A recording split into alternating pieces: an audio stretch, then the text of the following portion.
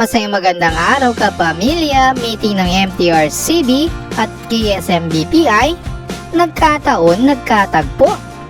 Kapamilya, usap-usapan ngayon sa social media ang litrato ni MTRCB Chairperson Lala Soto habang nakikipag-meeting sa mga miyembro umano ng KSMBPI o kapisanan ng Social Media Broadcaster ng Pilipinas Incorporated.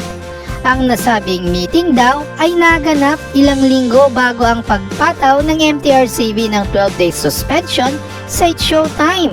At pagkatapos naman ng ilang araw ay nagsampa ng kasong kriminal ang mga miyembro ng KSMBPI laban kay Vice Ganda at Ayon Perez dahil sa cake icing issue. Kaya naman tanong ngayon ng mga netizens, nagkataon lang ba ang mga naganap na pangyayari o pinagplanuhan?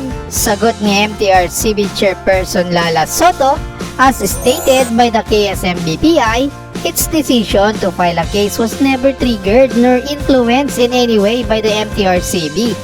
We urge everyone not to interpret these photos with any malicious intent. Anong sa inyo kapamilya?